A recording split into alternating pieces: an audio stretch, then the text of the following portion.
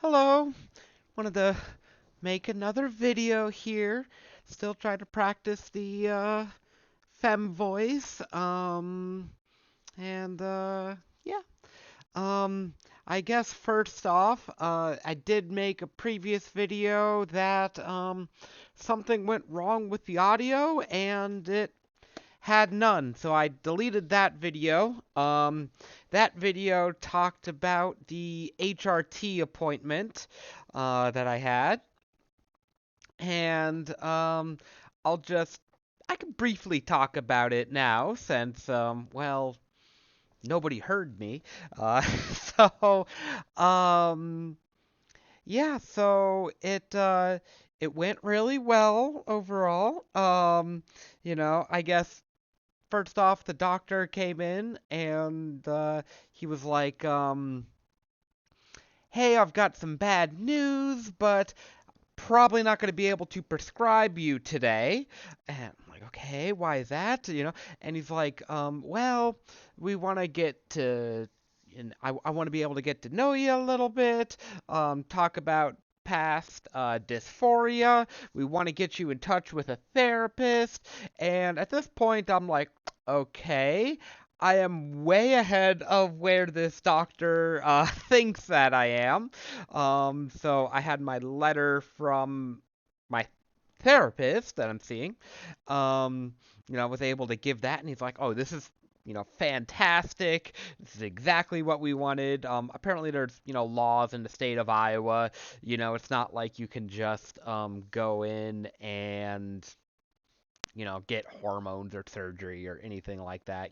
There is a certain degree of rigor involved. One of the popular conservative, I don't know, like fear mongering, where it's, not real, obviously, but they say like, oh, they're making the kids trans and, they're handing them over to surgery and hormones so quick. And in my experience, that is basically not even possible. There is a large degree of review, and they want to make sure that you have a history of dysphoria. And I mean, I don't know what it's like for kids, but I imagine also, yeah, quite rigorous is the way I would describe it. In fact, within the trans community itself, hormones and surgeries have infamously long wait lists and could take forever to get into and yeah, but anyway, so I had my letter. Doctor said, this is great, and he asked a few basic questions, but the letter pretty much covered everything. Um, my therapist has written those types of letters before and knew what to say, so there wasn't really much that the medical doctor needed to go over that wasn't already in the letter, and made a copy of the letter and dot dot dot.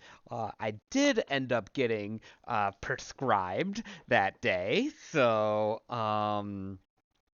and long story short, well, whatever. Uh, Here, boo, boo, boo, boo, hormones come in two varieties.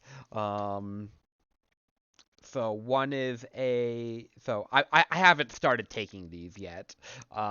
Still waiting to talk to the fertility doctors. I just have them in hand, but yeah, I'm not started yet. Um, but yeah, hormones come in two varieties. Variety one that I have here, it's spironolactone. Spironolactone. I think you say it or like Spyro, or Spiro. Spyro. I say Spyro. That's how you generally shorten it. That's a testosterone blocker. So blocks the male hormones. And then and that's just a normal pill that you take one tablet twice a day. So sure. So just take one in the evening, one at night, or one in the morning, one in the evening. pretty straightforward, I think.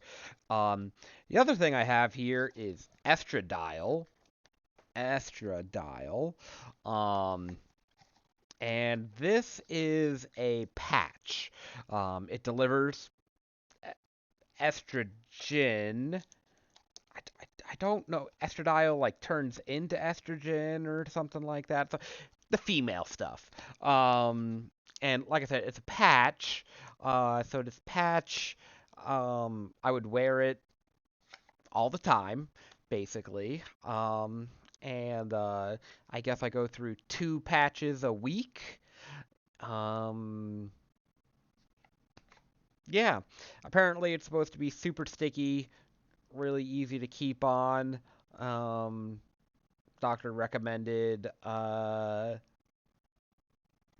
a certain type of tape, basically, to um, cover it during the shower and that sort of thing. Um, but yeah, so I'm prescribed, so I was super excited about that, especially when I first came home. Um, but yeah, just still unfortunate that I wasn't able to, start. Um, so and I guess part of what's motivating me to make this video, other than already talking about the HRT visit, had a hard last couple of weeks. I'm doing sort of better now, but one reason that I was having a hard time was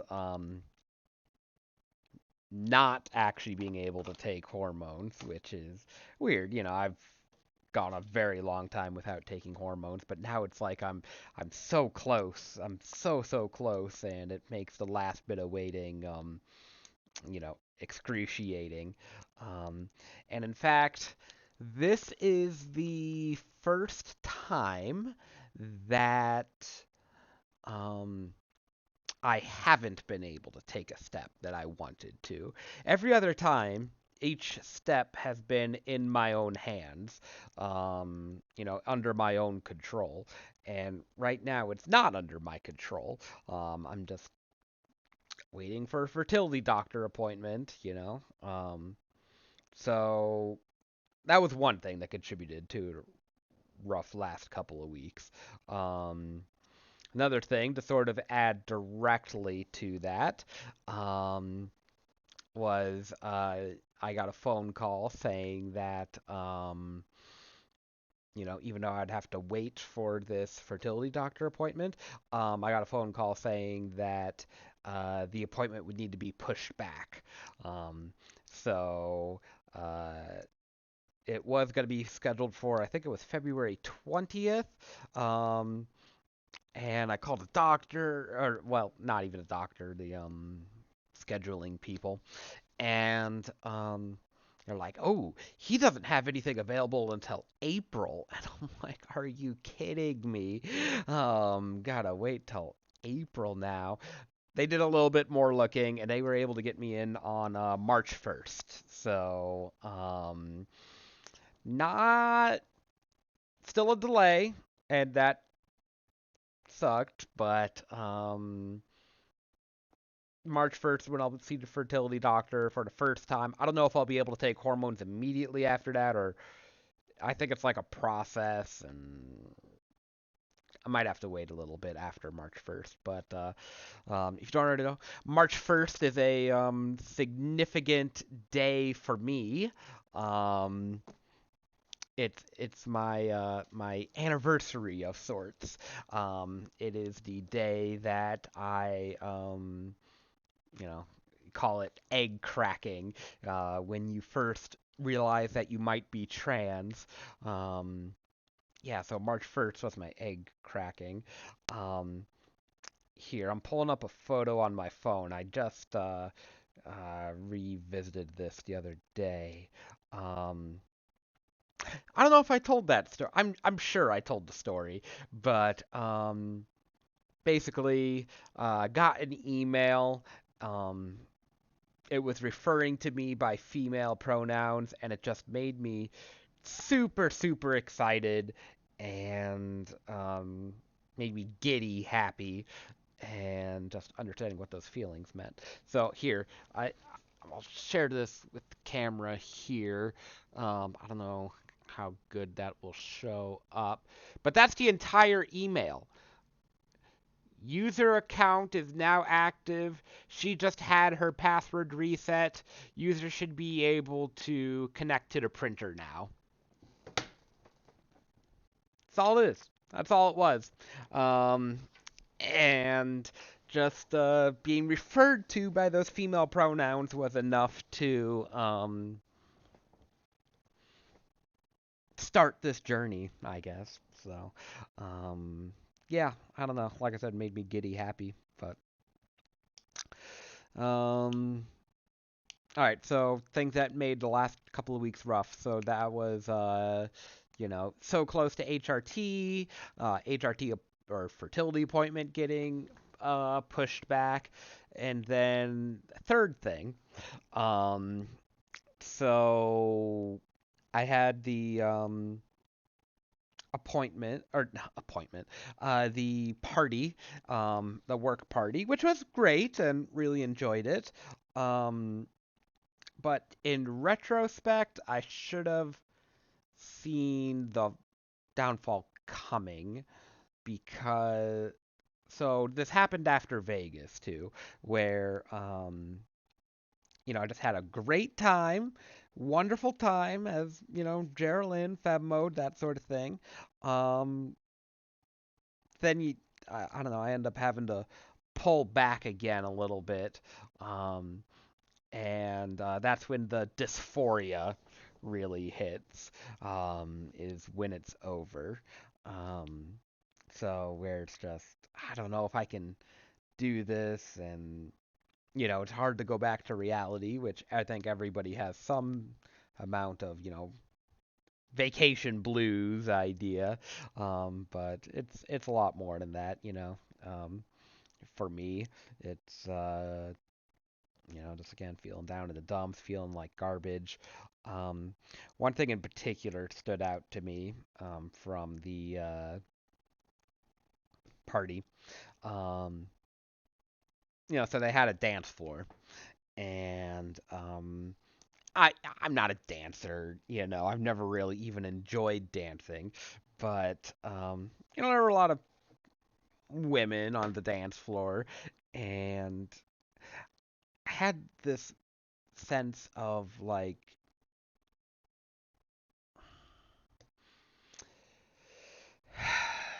and like the different both the behavior and like the types of clothes they were wearing. So like for example, me like really happy with the dress I got, but the dress that I got, it's a type of dress that I'm limited in what I can wear. I've got big, broad shoulders, so I've gotta wear stuff that hides basically my big, broad shoulders. Um, I don't have real boobs, that severely limits what I can wear. Um, and and not just what I wear. I'm not just worried about what I can wear. It's the sense that I am fake. I am not real. Um, I am not a real woman, basically. That's what dysphoria, is a lot of times. It's just I'm not real. I can't do this. Like either I mentally can't or physically can't or yeah. So that was hard, and anyway, just a combination of these things, n- none of them by themselves were too big, and I guess just thing number 4, this is also minor, but just I wasn't able to. Normally, I talk to my therapist once a week, and I just wasn't able to this last time. I always feel it's a good way to get stuff out, and it feels good, and it's very therapeutic. So, um, And yeah, haven't been able to talk to my therapist or anything. So the combination of all these things with fertility and HRT and party and whatever, they all sort of combined, and just yeah, like I said, just had a hard couple of weeks.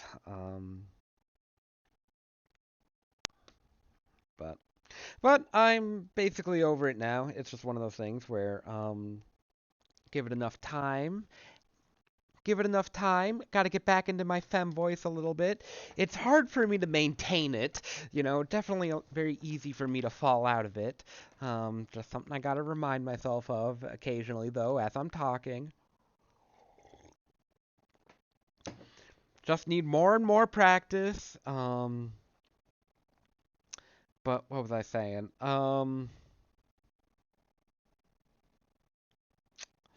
Yeah. But things are good now.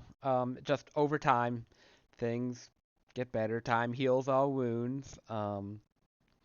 But my momentum was interrupted, which is a bummer. So I've had a lot of momentum carrying me pretty much since Vegas, and then coming out at work, and then just going to HRT doctor, and I don't know, I just have had this upward trend, coming out to my grandparents, where it's just it's been good thing after good thing after good thing, and then yeah, you get hit by the occasional bad thing, and it just breaks the momentum, is all. Um, and Yeah, looking to continue, I'll just tell you some of the thoughts that plague me, definitely have second thoughts. Um, Even now, even as I'm holding HRT medication, I'm having second thoughts. But that's a little bit of a trope, a meme, a pattern for a lot of trans people is just how riddled with doubts they are, and yeah, I mean it's a and it makes sense. It's a big, big freaking life change, It'd be crazy if I didn't have any doubts. Um, but yeah, sometimes sometimes it feels really hard and it's like, wow, why did I choose this road, But it is worth it, I think, still. Yeah, I mean, it's hard. It's really freaking hard, but it also makes me happy. And some days, some days the burden is quite a lot. Other days it's not so much. It's been getting easier and easier over time. Um, and Yeah, it's getting easier and easier over time. Um, Getting better over time, and hoping that trend continues. So, um, I had one other small piece of news, but that I would share it now. Um, is that So earlier this week, this Monday, the women's locker room, which is crazy, the women's locker room, which is crazy. Um, they it was closed for maintenance, so I wasn't able to go in and change into my uniform as usual. Um, and I got to wear my femme clothing to work, which I've already worn a freaking dress to a work event, but it's something different to wear it to work, And yeah, I don't know. It felt good. I mean, again, very nervous about it. But yeah, I don't know. Came through, so it's exciting. Um Yeah. So, all right. I think that'll be it for this video. Um, but yeah. Okay, great. All right. Well, love ya, and I will see ya in the next one. All right. Bye.